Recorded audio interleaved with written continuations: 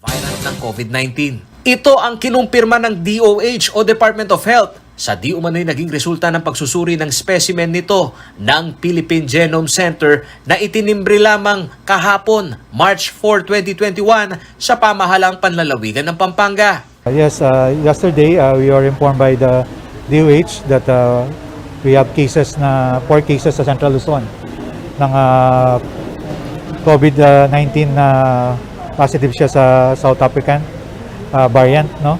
So as for Pampanga, we already isolated the one detected sa Pampanga, no? And I think Nueva Ecija and Bulacan already isolated the cases na nakita nila. Sa pagsisiyasat ng Provincial Health Office, 20 ng nakalipas na buwan ng Pebrero nang makauwi umano ito ng Pampanga. Galing iyon ng UAE at sumailalim din sa pasilidad ng Bureau of Quarantine. Nanggaling yung kuwan natin sa UAE, no? So lumapag siya sa Manila, na-isolate siya po siya doon. And eventually pinauwi, pero nung lumabas po yung sa genome testing, so that's the reason why kaya kinuha po natin siya ulit and nag-contact trace po natin tayo sa mga nakasalamuha niya. Dismayado naman dito ang provincial government ng Pampanga dahil masyado umanong atrasado ang panahon ng abiso ng Department of Health at katakataka umanong pinahintulutang umuwi at sinabi pang nagnegatibo naman ang resulta ng RT-PCR test nito. Ang question ko, paano lang po nangyari na sasabihin natin na infected tong tao na to, negative naman po nung pinalabas natin. Bagamat dinala na sa isolation facilities ng probinsya ang naturang OFW, gustong linawin ni Pampanga Governor Dennis Delta Pineda ang mga irregularidad sa report ng DOH at Bureau of Quarantine. Isa na dito ay ang quarantine protocol sa mga returning OFW na hindi dumadaan sa kanilang balik OFW program. Kasi dumating ng 20 dito yan, March na po kahapon ang tinawag sa atin, March 4 na. Hindi naman mo magtatagal ang virus sa katawan. Nasa 15 days lang, the most is 21 days. Wala na po yun. Ang question is, bakit nakalabas ng facilities ng Bureau of Quarantine na under ng Manila o na national government? Bakit pag kami naman po sa balik Pinas, strict kami dun sa pag-i-implement namin? Hindi pwedeng lumabas dun sa, kung hindi rin positive, hindi pwedeng lumabas. Yung nire-require na dates nandoon din po. At nag 2 weeks quarantine din po sa inyo. Sa pangyayaring ito ayon kay Governor Pineda, mas lalo silang magiging mabusisi sa mga OFW na umuuwi sa Pampanga na nasa kustodiya ng national government. Di hamak kasi umanong mas mahigpit na nasusunod ng lokal na pamahalaan ang kanilang mahigpit na 14 days quarantine period sa mga Balik Pinas OFW program ng Pampanga. Paulo G. Santos, CLTV News. Kahit pa walang banta ng pagsabog sa nalalapit na panahon, nakaalerto na ang Pampanga Provincial Disaster and Risk Reduction and Management Council matapos iakyat sa Alert Level 1 ang Mount Pinatubo. Pinagbabawal naman na ng PHIVOLCS ang pagbisita malapit sa crater ng bulkan. Si Rayel Pawid ang may ulat. All year round naman umanong handa ang mga evacuation center ng 22 local government units ng Pampanga ayon sa Provincial Disaster Risk Reduction and Management Council. Ang pahayag ng ahensya ay kasunod ng pagtaas sa Alert Level 1 o Low Level Unrest ng Mount Pinatubo. Simula Enero nakapagtala na ng 1,722 mahihinang lindol sa ilalim ng bulkan. Nakahanda po tayo na po at huwag pong mag-alala, lahat po ng mga babalang ibibigay sa amin ng PHIVOLCS ay kaagad po namin ibabato. Nandiyan naman po yung command center natin para kaagad nating madidisseminate yung information. Ang unang serya ng lindol ay naganap noong January 20 to January 26. Nanggaling ang mga ito sa Sacobia Lineament Fault na huling naging aktibo noong 1991 Pinatubo eruption. Nasundan naman ito ng ikalawang serya na pagyanig na umabot sa magnitude 2.8. Sabi ng PHIVOLCS, ang pagbitak ng mga bato sa ilalim ng bulkan ang sanhi ng lahat ng lindol. Mayroon daw low-level unrest o bahagyang pagkaligalig sa ilalim ng bulkan na dulot ng tectonic activity. Wala namang inaasahang pagsabog sa nalalapit na panahon.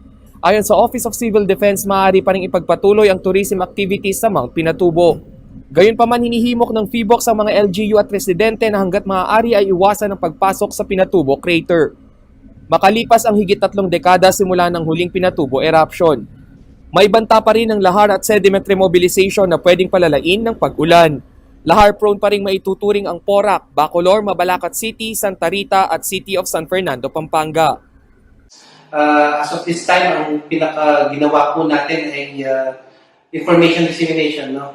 Para maging aware yung ating mga kababayan. No? So, una po natin itong ipinaalam sa ating mayor, sa ating DRM Council. No? At sa ngayon po ay patuloy nating paghahandaan nito at i-monitor po natin yung mga notices na ilalabas ng PHIVOLCS. Rainiel Pawid, CLTV News. Sa pagbabalik ng CLTV News, cold storage facilities para sa COVID-19 vaccine ng Pampanga binuksan na. Donated Sinovac vaccines nasa JBL na. At simula ng pagbabakuna sa bayan ng Santa Ana nakadepende sa provincial government. Manatiling nakatutok para sa iba pang nangungunang balita ngayong araw.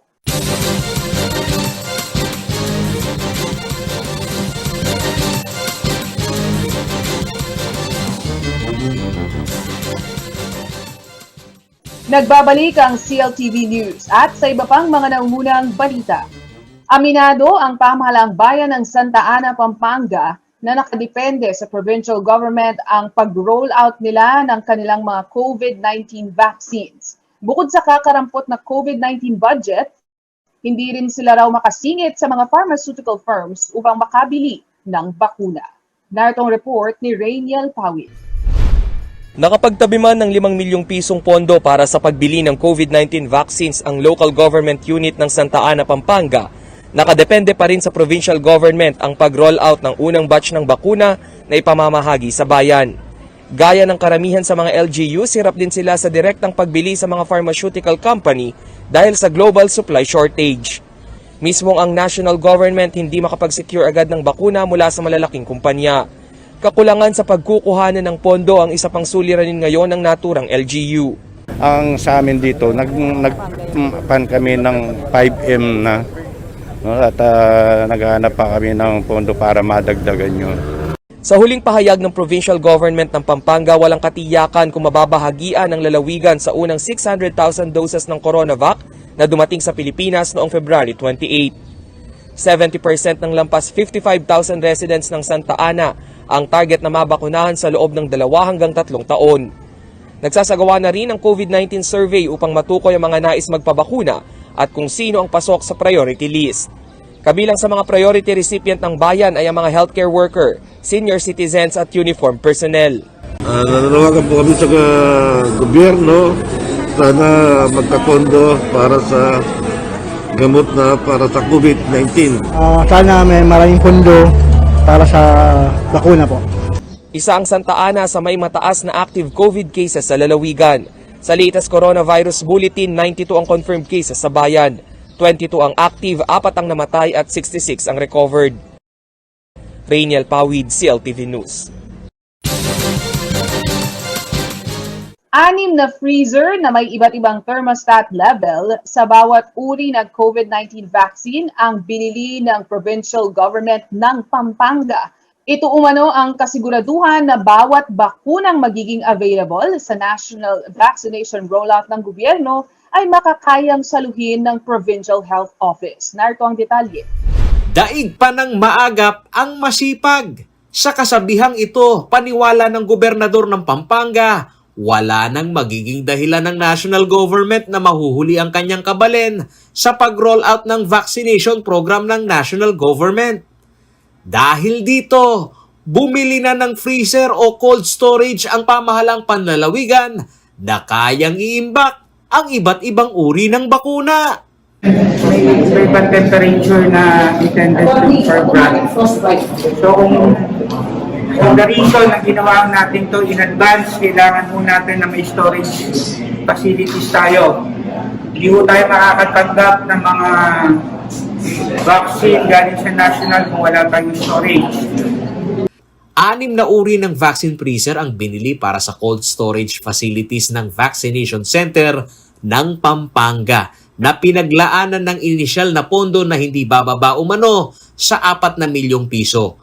Mula sa may mataas na acceptance rate na bakuna o ang Pfizer na isa sa may pinakamahal na freezer na kaya ang negative 80 degrees ay narito. Ayon kay Governor Dennis Delta Pineda, 4 na freezer ang siniguradong bilhin para sa AstraZeneca vaccine ng provincial government dahil ito ang inisyal na malaking volume ng bakuna na pinasok sa tripartite agreement ng probinsya sa national government. Kung makikita nyo, 4 yung freezer ng AstraZeneca, the reason yun yung vaccine na pinurchase ng province na in-order natin is good for 300,000 na katao. So kaya makikita nyo nandyan. Bukod dito ay mayroon din umanong isang freezer na inilaan para sa Moderna vaccine na may thermostat level na negative 25 degrees Celsius na may capacity naman na 5,240 vials. Kasama sa first batch ng lokal na pamahalaan sa Pilipinas ang Pampanga na makatatanggap umano ng AstraZeneca vaccine sa buwan ng Hunyo. Kasama tayo doon sa mga first batch na pumirma sa AstraZeneca. And then they stop it kasi ilan lang kami na naka-sign nung una ng group. Most of them are Metro Manila mayors. May initial payment na rin umano ang Pampanga ng 14 na milyong piso sa AstraZeneca Pharmaceutical Company. Iyon ay sa target naman na 300,000 populasyon na nasa priority list ng lokal na pamahalaan. Samantala, sa pag-roll out ng donated Sinovac vaccine ng China, kinumpirma sa news team ng provincial government ng Pampanga na nitong March 14 ay nasa Jose B. Lingad Regional Hospital na ang tinatayang nasa 500 doses.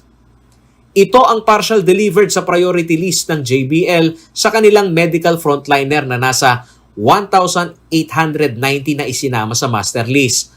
Blanco naman ang impormasyon ng probinsya kung gaano kalaki ang acceptance rating ng mga Kapampangan medical frontliner dito.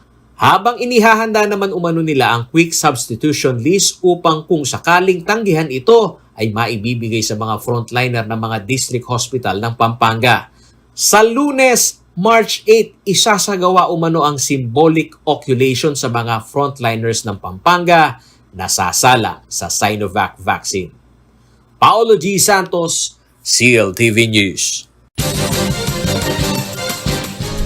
Sa pagbabalik ng CLTV News, inflation rate sa Central Luzon umakyat sa 5.5% nitong Pebrero. Buying power ng ating mga karehiyon bumaba. Manatiling nakatutok at magbabalik ang CLTV News.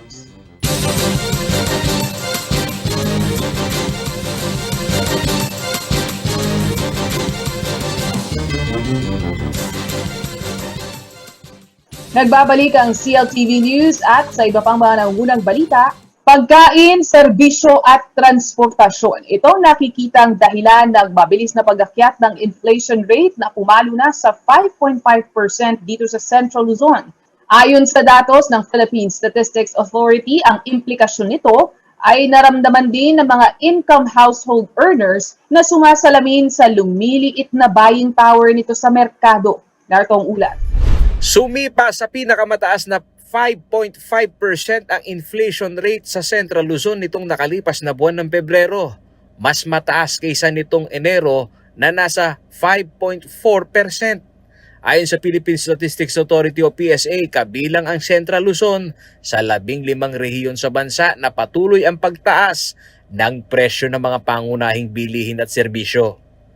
Kung iambing ang inflation ng mga rehiyon sa labas ng National Capital Region noong Enero 2021 at Pebrero 2021, 15 ang nagtala ng mas mataas na inflation nitong Pebrero 2021. Bahagya lamang na humupa ang inflation sa National Capital Region. Mula sa 4.3% nitong Enero na ngayong Pebrero ay nasa 4.1%. May average na 4.8% inflation ang mga lugar na nasa labas ng Metro Manila na nakikitang patuloy ang pagbigat ng buhay dahil sa mataas ng presyo ng mga bilihin at serbisyo.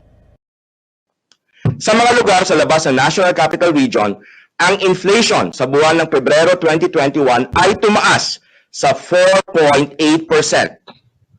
Noong Enero 2021, ang inflation sa mga lugar sa labas ng National Capital Region ay naitala sa 4.2% at 2.8% naman noong Pebrero 2020. Isa sa mga nakaambag ay ang pagkain mula sa bigas na ang hindi umano dating gumagalaw ang presyo. Ngayon ay may pagtaas o inflation na 0.5%. Ang mabagal rin na pagbaba ng fuel o produktong petrolyo at pagtaas ng bayarin tulad ng utilities sa kuryente at tubig, kontributor sa mataas na inflation sa Central Luzon. Ang pangunahing pinanggalingan ng mas mataas na inflation sa mga lugar sa labas ng National Capital Region nitong Pebrero 2021 ay ang food and non-alcoholic beverages na may 6.6% inflation mula sa 5.7% inflation noong Enero 2021. Pumangalawa dito ang transport. Ayon kay PSA Undersecretary Dennis Mapa, ang average inflation sa buong bansa para sa taong 2021 ay nasa 4.5%. Higit itong mataas mula pa noong taong 2019. Ang average inflation para sa taong 2021 ay nasa antas na 4.5%.